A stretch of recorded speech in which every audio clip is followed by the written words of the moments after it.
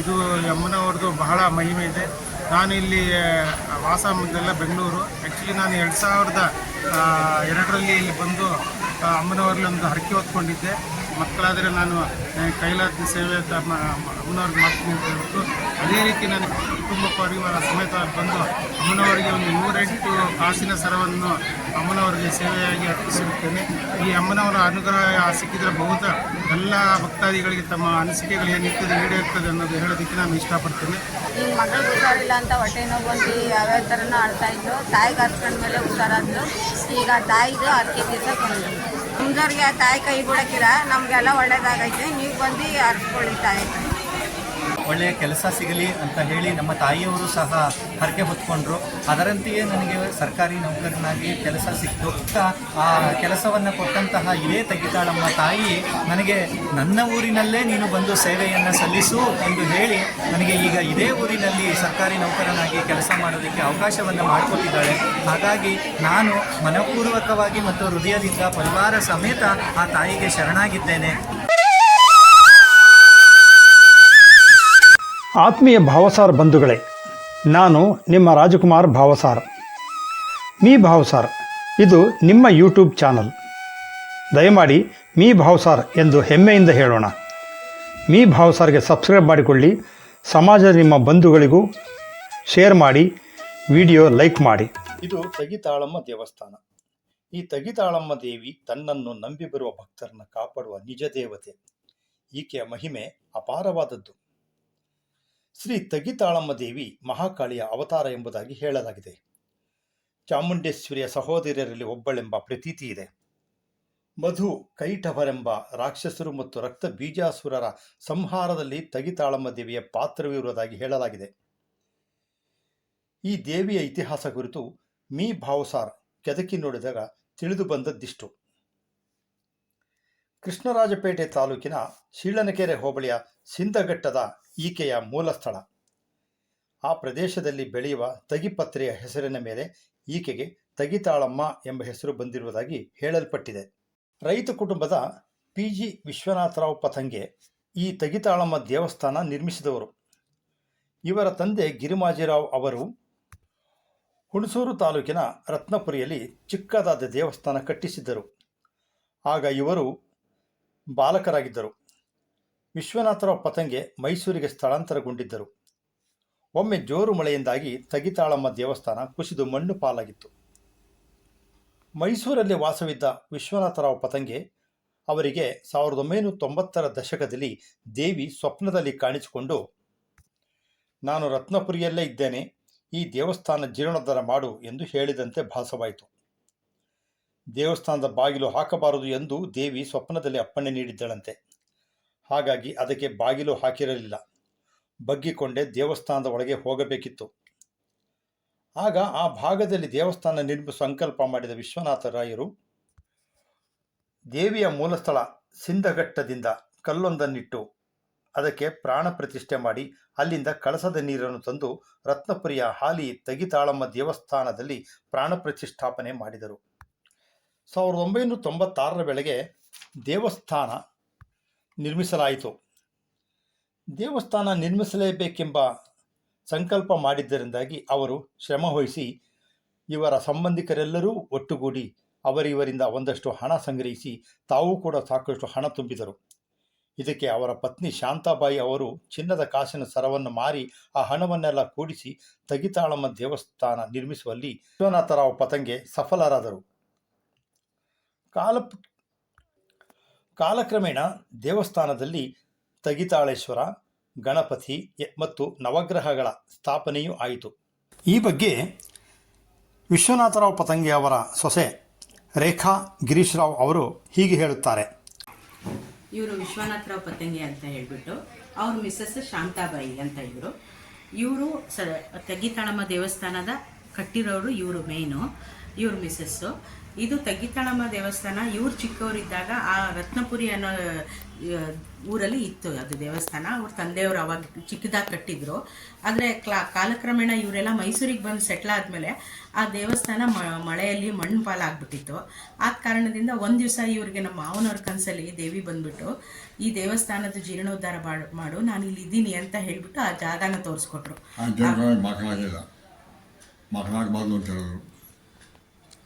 ದೇವಸ್ಥಾನ ಬಾಗಿಲು ಹಾಕಬಾರ್ದು ಅಂತ ದೇವ್ರು ಹೇಳಿತ್ತು. ಅದಕ್ಕೆ ಬಾಗಿಲಾಗಿಲ್ಲ, ಅದು ಬಗ್ಗಿಲೇಬೇಕು. ಹಂಗೆ ಹಂಗೆ ಹೇಳಂಗಿಲ್ಲ, ಹೋಗಿಲ್ಲ ಒಳಗಡೆ ಬಗ್ಗೆ ಹೋಗ್ಬೇಕು. ಹೇಳಿದ್ದೆ ಹಂಗೆ ಆ ಥರ ಅವರು ಸ್ವಪ್ನದಲ್ಲಿ ಕಾಣಿಸ್ಕೊಂಡ್ಮೇಲೆ 92-93 ಇದು ಆದ ಘಟನೆ. ಆವಾಗ ನಮ್ಮ ಮಾವನವರು ನಾನೊಂದು ದೇವಸ್ಥಾನ ಈ ಜಾಗದಲ್ಲಿ ಕಟ್ಟಬೇಕು ಅಂತ ಹೇಳ್ಬಿಟ್ಟು ಸಂಕಲ್ಪ ಮಾಡಿಬಿಟ್ಟು ಸಿಂಧಘಟ್ಟ ಅನ್ನೋ ಊರಲ್ಲಿ ಈ ದೇವಿಯ ಅಕ್ಕ ಅಲ್ಲಿ ಆ ದೇವಸ್ಥಾನದಿಂದ ಇವರು ಅಲ್ಲಿ 48 ಡೇಸ್ ಒಂದು ಕಲ್ಲನ್ನು ಇಟ್ಟು ಅಲ್ಲಿ ಪ್ರಾಣ ಪ್ರತಿಷ್ಠಾಪನೆ ಮಾಡಿ ಅಲ್ಲಿಂದ ಕಳಸದ ನೀರನ್ನೆಲ್ಲ ತಂದುಬಿಟ್ಟು ಈ ದೇವಸ್ಥಾನದಲ್ಲಿ ತಗ್ಗಿತಾಳಮ್ಮ ದೇವಸ್ಥಾನದಲ್ಲಿ ಪ್ರಾಣ ಪ್ರತಿಷ್ಠಾಪನೆ ಮಾಡಿ 96 ಜೂನ್ 6 ಆ ದೇವಸ್ಥಾನ ಓಪನ್ ಆಗಿರೋದು. ಈಗ ನಾವು 28 ಇಯರ್ಸ್ ವಾರ್ಷಿಕೋತ್ಸವ ಮಾಡಿರೋದಲ್ಲಿ. ಇವರು ಅವಾಗ ಆ ದೇವಸ್ಥಾನನ ಮೂರು ವರ್ಷ ಕಷ್ಟಪಟ್ಟು ಸ್ವಲ್ಪ ಡೊನೇಷನ್ ಕಲೆಕ್ಟ್ ಮಾಡಿ ತಾನು ತುಂಬ ಕಷ್ಟಪಟ್ಟು ತಾನ ಕೈಯಲ್ಲಿ ಎಷ್ಟಾಗುತ್ತೆ ಅಷ್ಟು ಮಾಡಿಬಿಟ್ಟು ಆ ಜಾಗ ಎಲ್ಲ ಅವ್ರ ಸಂಬಂಧಿಕರೆಲ್ಲ ಒಟ್ಟುಗೂಡಿಸಿ ಎಲ್ಲರೂ ಕೈ ಜೋಡಿಸ್ಕೊಂಡ್ಬಿಟ್ಟು ಎಲ್ಲರ ಹತ್ರ ಡೊನೇಷನ್ ತೊಗೊಂಡು ಎಲ್ಲ ಹತ್ರ ಏನು ಸಹಾಯ ಆಗುತ್ತೆ ಅದನ್ನು ತೊಗೊಂಡ್ಬಿಟ್ಟು ಇವರು ಆ ದೇವಸ್ಥಾನನ ಪೂರ್ತಿ ಎಲ್ಲರೂ ಸೇರಿಕೊಂಡು ಅದನ್ನು ಕಂಪ್ಲೀಟ್ ಮಾಡಿದರು. 96 ಜೂನ್ 6 ಆ ದೇವಸ್ಥಾನ ಓಪನ್ ಆಗಿದ್ದು ಫಸ್ಟ್ ಇಯರ್ ವರ್ಷ ಮಾಡಿದ್ದು. ಮುಂಚೆ ಆ ದೇವಸ್ಥಾನ ಬರೀ ತಗ್ಗಿತಾಳಮ್ಮ ದೇವಸ್ಥಾನ ಇತ್ತು. ಕಾಲಕ್ರಮೇಣ ಒಂದು 7-8 ವರ್ಷ ಆದಮೇಲೆ ತಗ್ಗಿತಾಳೇಶ್ವರ ಮತ್ತು ಗಣಪತಿ ದಾನಿ ಸ್ಥಾಪನೆ ಮಾಡಿ ನವಗ್ರಹ ಮಾಡಿ ಅರಳಿಕಟ್ಟೆ ಮಾಡಿ ಈಗ ಆ ದೇವಸ್ಥಾನದಲ್ಲಿ ತುಂಬ ಅಭಿವೃದ್ಧಿ ಆಗಿದೆ. ಅಲ್ಲಿ ತುಂಬಾ ಪವಾಡಗಳು ನಡೀತಾ ಇದೆ. ಅಲ್ಲಿ ಬಂದು ಹರಕೆ ಹೊತ್ತವ್ರದ್ದು ಹರಕೆ ಎಲ್ಲ ತುಂಬ ಚೆನ್ನಾಗಿ ಪೂರೈಸ್ತಾ ಇದೆ. ಇದು ಸಾಕಷ್ಟು ಅಭಿವೃದ್ಧಿ ಹೊಂದಿರುವ ದೇವಸ್ಥಾನ. ಪ್ರತಿ ವರ್ಷ ವಾರ್ಷಿಕೋತ್ಸವ ಕಾರ್ಯಕ್ರಮಗಳು ನೂರಾರು ಭಕ್ತರ ಸಮ್ಮುಖದಲ್ಲಿ ನಡೆಯುತ್ತಾ ಬಂದಿದೆ. ದಿನ ಕಳೆದಂತೆ ದೇವಸ್ಥಾನದ ಉಸ್ತುವಾರಿ ವಹಿಸಿಕೊಂಡ ಮೈಸೂರಿನ ಭಾವಸಾರ ಕ್ಷೇತ್ರೀಯ ಮಂಡಳಿ ಆಗಿನ ಅಧ್ಯಕ್ಷರಾಗಿದ್ದ ಸಮಾಜಭೂಷಣ ಸಮಾಜ ರತ್ನ ರಾಜಾರಾವ್ ರಾಶಿಂಕರ್ ಅವರ ಅಮೃತ ಹಸ್ತದಿಂದ ದೇವಸ್ಥಾನದ ಉದ್ಘಾಟನೆ ನಡೆದಿತ್ತು. ಆ ಸಂದರ್ಭದಲ್ಲಿ ಆಗಿನ ಈ ಭಾಗದ ಸಂಸದರಾಗಿದ್ದ CH ವಿಜಯಶಂಕರ್, ಮೈಸೂರು ಜಿಲ್ಲಾ ಪಂಚಾಯಿತಿ ಅಧ್ಯಕ್ಷರಾಗಿದ್ದ ಟಿ ದೇವೇಗೌಡ, ಕೋಡಿ ಪಾಪಣ್ಣ ಇನ್ನಿತರ ಸಮ್ಮುಖದಲ್ಲಿ ದೇವರ ಪ್ರತಿಷ್ಠಾಪನೆ ಉದ್ಘಾಟನೆ ನೆರವೇರಿತ್ತು. ಸಿಂಧಘಟ್ಟದಿಂದ ಹೊರಟು ಇಂದು ಹುಣಸೂರು ತಾಲೂಕಿನ ರತ್ನಪುರಿ ಗ್ರಾಮದಲ್ಲಿ ನೆಲೆಸಿರುವ ತಗ್ಗಿತಾಳಮ್ಮ ದೇವಿ ಭಕ್ತರ ಮನಗಳಲ್ಲಿ ನೆಲೆಸಿ ಬೇಡಿ ಬರುವ ಭಕ್ತರ ಕೋರಿಕೆಗಳನ್ನು ಈಡೇರಿಸುತ್ತಿರುವ ಕರುಣಾಮಯಿಯಾಗಿ ಪ್ರಸಿದ್ಧಿಯಾಗಿದ್ದಾಳೆ. ಭಕ್ತರ ಸಂಕಷ್ಟಗಳ ನಿವಾರಣೆಗೆ ತಾನಿರುವುದಾಗಿ ಜಗತ್ತಿಗೆ ಸಾರುತ್ತಿದ್ದಾಳೆ. ನಮೋ ಭಗವತಿ ತುಭ್ಯಂ ನಮಸ್ತೆ ಜಯಕಾರಿಣಿ ಶಿವಾತ್ರಿನಯನಿ ದೇವಿ ಕಾತ್ಯಾಯಿನಿ ಭೈರವಿ ಇದಂ ಫಲಮೋಸ್ತು ಸರ್ವಶಕ್ತಿ ಜಯಕಾರಿಣಿ ಅಂಬಾ ಭವಾಮಿ ನಮೋಸ್ತುತೆ. ತಗ್ಗಿತಾಳಮ್ಮ ದೇವಿಯ ಅನುಗ್ರಹಕ್ಕೆ ಪಾತ್ರವಾಗಿರುವ ಬೆಂಗಳೂರಿನ NS ಪ್ರಕಾಶ್ ನವಲೆ ಅವರಿಗೆ ವಿವಾಹವಾಗಿ ಅನೇಕ ವರ್ಷ ಮಕ್ಕಳೇ ಆಗಿರಲಿಲ್ಲ. ಆಗ ಅವರು ತಗ್ಗಿತಾಳಮ್ಮ ದೇವಿಯ ಮೊರೆ ಹೋದರಂತೆ. ನಂತರ ದೇವಿಯ ಕೃಪೆಯಿಂದ ಅವರಿಗೆ ಮಗು ಹುಟ್ಟಿತಂತೆ. ಇದನ್ನು ಅವರೇ ಮೀ ಭಾವಸರ ಜೊತೆ ಹಂಚಿಕೊಂಡಿದ್ದಾರೆ. ಅಮ್ಮನವರಲ್ಲಿ ಒಂದು ಹರಕೆ ಹೊತ್ಕೊಂಡಿದ್ದೆ. ನನಗೆ ಮದುವೆಯಾಗಿ 8 ವರ್ಷ ಆಗಿದ್ರು ಮಕ್ಕಳಾಗಿರಲಿಲ್ಲ. ಆಗ ನನಗೆ ಇಲ್ಲಿ ಸಾಕಷ್ಟು ಜನ ಹೇಳಿದರು, ಅಮ್ಮನವ್ರ ಹತ್ರ ನೀವು ಹರಕೆ ಮಾಡ್ಕೊಳ್ಳಿ, ಖಂಡಿತ ನಿಮ್ಗೆ ಒಳ್ಳೆಯದಾಗುತ್ತೆ ಅಂತೇಳಿ. ನಾನು ಯಾಕಂದ್ರೆ ಬೆಂಗಳೂರಲ್ಲಿ ಸಾಕಷ್ಟು ಆಸ್ಪತ್ರೆ ಮತ್ತೆಲ್ಲ ದೇವಸ್ಥಾನಗಳನ್ನು ನಾನು ಬೇಡ್ಕೊಂಡಿದ್ದೆ. ಕಡೆಗೆ ಇಲ್ಲಿ ಕೂಡ ದೇವಸ್ಥಾನದಲ್ಲಿ ಬಂದು 2002ರಲ್ಲಿ ಒಂದು ಅಮ್ಮನವರಲ್ಲಿ ಹರಕೆ ಮಾಡ್ಕೊಂಡಿದ್ದೆ. ಮಕ್ಕಳಾದರೆ ನಾನು ಕೈಲಾದ ಸೇವೆ ಅಮ್ಮನವ್ರಿಗೆ ಮಾಡ್ತೀನಿ ಅಂತ ಹೇಳ್ಬಿಟ್ಟು ಅದೇ ರೀತಿ ನನಗೆ 2003ರಲ್ಲಿ ನನಗೆ ಹೆಣ್ಮಗು ಆಯಿತು. ಹಾಗಾಗಿ 2004ನೇ ವರ್ಷದಲ್ಲಿ ಬಂದು ನಾವು ಕುಟುಂಬ ಪರಿವಾರ ಸಮೇತ ಬಂದು ಅಮ್ಮನವರಿಗೆ ಒಂದು 108 ಕಾಸಿನ ಸರವನ್ನು ಅಮ್ಮನವರಿಗೆ ಸೇವೆಯಾಗಿ ಅರ್ಪಿಸಿರುತ್ತೇನೆ. ಈ ಅಮ್ಮನವರ ಅನುಗ್ರಹ ಸಿಕ್ಕಿದರೆ ಬಹುತ ಎಲ್ಲ ಭಕ್ತಾದಿಗಳಿಗೆ ತಮ್ಮ ಅನಿಸಿಕೆಗಳು ಏನಿರ್ತದೆ ಈಡೇರ್ತದೆ ಅನ್ನೋದು ಹೇಳೋದಕ್ಕೆ ನಾನು ಇಷ್ಟಪಡ್ತೇನೆ. ನನ್ನ ಹೆಸರು ಪ್ರಕಾಶ್ ನವಲೆ ಅಂತೇಳಿ, ನಾವು ವಾಸ ಇರೋದು ಬೆಂಗಳೂರಲ್ಲಿ. ದಯವಿಟ್ಟು ಎಲ್ಲ ಭಕ್ತಾದಿಗಳು ಅಮ್ಮನವರ ಆಶೀರ್ವಾದ ಪಡ್ಕೋಬೇಕು. ಇವರು ನಮ್ಮ ಶ್ರೀಮತಿ ರಂಜನಾ ಅಂತ ಹೇಳ್ಬಿಟ್ಟು, ಈಗ ನನಗೆ 2 ಮಕ್ಕಳಿದ್ದಾರೆ. ಅಮ್ಮನವರ ಅನುಗ್ರಹದಿಂದ ನಮ್ಮ ಕುಟುಂಬ ತುಂಬ ಸಂತೋಷ ಆಗಿರ್ತದೆ. ಎಲ್ಲ ಭಕ್ತಾದಿಗಳು ಅಮ್ಮನವರ ಅನುಗ್ರಹ ಪಡಿಬೇಕಂತೇಳಿ ನಾನು ಎಲ್ಲರಲ್ಲಿ ಭಕ್ತಾದಿಗಳಲ್ಲಿ ಕೇಳಿಕೊಳ್ಳುತ್ತೇನೆ. ನಂತರ ಪ್ರಕಾಶ್ ನವಲೆ ಅವರು ತನಗೆ ಮಕ್ಕಳನ್ನು ಕರುಣಿಸಿದ ತಗಿತಾಳಮ್ಮ ದೇವಿಗೆ ಚಿನ್ನದ ಕಾಸಿನ ಸರವನ್ನು ಕಾಣಿಕೆಯಾಗಿ ಸಮರ್ಪಿಸಿದ್ದಾರೆ. ರತ್ನಪುರಿಯ ಯಶೋದಮ್ಮ ಎಂಬುವರ ಮಗಳಿಗೆ ತೀವ್ರ ಹೊಟ್ಟೆ ನೋವು ಕಾಡುತ್ತಿತ್ತಂತೆ. ಅನೇಕ ಕಡೆ ಚಿಕಿತ್ಸೆ ನೀಡಿದರೂ ಹೊಟ್ಟೆ ನೋವು ಕಡಿಮೆಯಾಗಲಿಲ್ಲ. ಕೊನೆಗೆ ಅವರು ದೇವಿಯಲ್ಲಿ ಶರಣಾದರಂತೆ. ನಂತರ ಮಗಳ ಹೊಟ್ಟೆ ನೋವು ಇನ್ನಿಲ್ಲದಂತೆ ಮಾಯವಾಯಿತಂತೆ. ತನ್ನ ಹರಕೆ ಈಡೇರಿಸಿದ ದೇವಿಗೆ ಅವರು ಚಿನ್ನದ 2 ಗುಂಡುಗಳನ್ನು ಅರ್ಪಿಸಿದ್ದಾರೆ.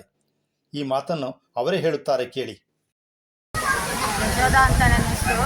ಇದೇ ರತ್ನಪುರಿಯವರು.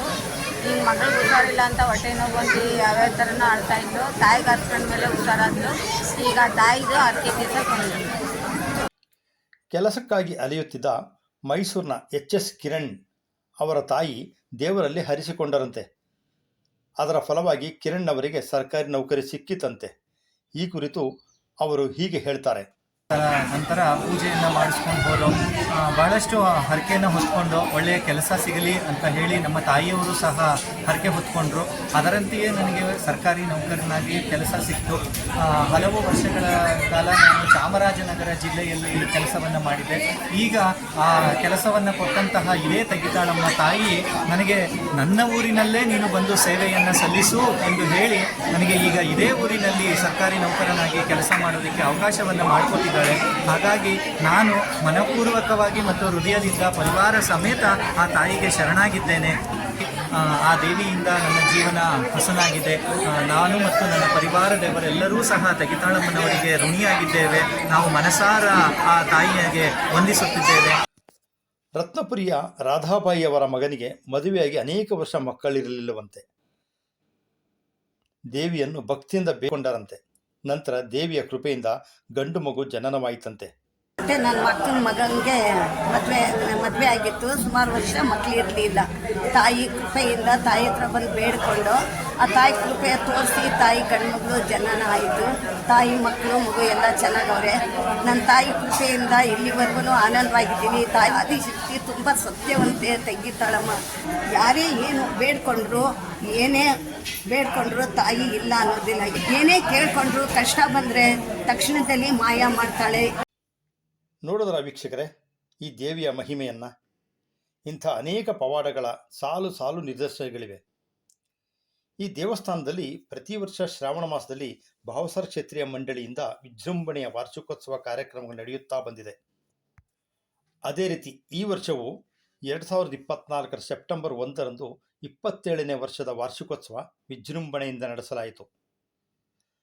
ಮೈಸೂರು ಭಾವಸಾರ ಕ್ಷೇತ್ರೀಯ ಮಂಡಳಿಯ ಗೌರವ ಕಾರ್ಯದರ್ಶಿ ಆಗಿರುವ ತಗಿತಾಳಮ್ಮ ದೇವಿ ದೇವಸ್ಥಾನದ ಸಮಿತಿಯ ಗೌರವಾಧ್ಯಕ್ಷರೂ ಆದ ಎಸ್ ರಾಕೇಶ್ ನಾಯಕ್ ಅವರ ನೇತೃತ್ವದಲ್ಲಿ ಗಣಪತಿ ಹೋಮ, ಕಲಾಹೋಮ, ತತ್ವ ಹೋಮಗಳು ನಡೆದವು. ಹೋಮದಲ್ಲಿ NS ಪ್ರಕಾಶ್ ನವಲೆ, RS ಬೇದ್ರೆ ಮತ್ತು ಗುತ್ತಿಗೆದಾರ ಮಂಜುನಾಥ್ ದಂಪತಿಗಳು ಭಾಗವಹಿಸಿದ್ದರು. ಮೈಸೂರು, ಹುಣಸೂರು, KR ನಗರ, ಬೆಂಗಳೂರು ಸೇರಿದಂತೆ ಸುತ್ತಮುತ್ತಲಿನ ಸಾವಿರಾರು ಮಂದಿ ಭಕ್ತರು ವಾರ್ಷಿಕೋತ್ಸವ, ಹೋಮ, ಪೂಜಾದಿ ಕಾರ್ಯಗಳಲ್ಲಿ ಭಾಗವಹಿಸಿ ದೇವಿಯ ಕೃಪೆಗೆ ಪಾತ್ರರಾದರು.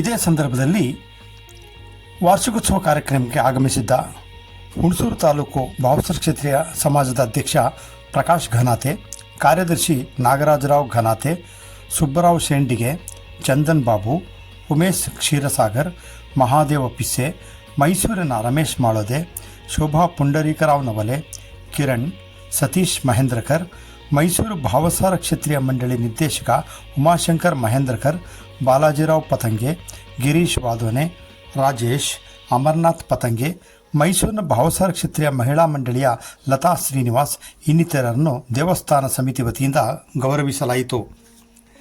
ತಗಿತಾಳಮ್ಮ ದೇವಸ್ಥಾನ ಸಮಿತಿಯ ಗೌರವ ಅಧ್ಯಕ್ಷ ಎಸ್ ರಾಕೇಶ್ ನಾಯಕ್, ಕಾರ್ಯದರ್ಶಿ PV ಗಿರೀಶ್ ರಾವ್ ಪತಂಗೆ, ಪದಾಧಿಕಾರಿಗಳಾದ Subhash Patange, N Suresh Najare, Srinivasarao Mahendrakar, Ravikumar Vadone, Jayaramarao Halale, KN Premnath Kangokar, Baburao Sutrave, PN Girish Rao Patange, Prakash Jadhav ಇನ್ನಿತರರು ಕಾರ್ಯಕ್ರಮದಲ್ಲಿ ಭಾಗವಹಿಸಿದ್ದರು.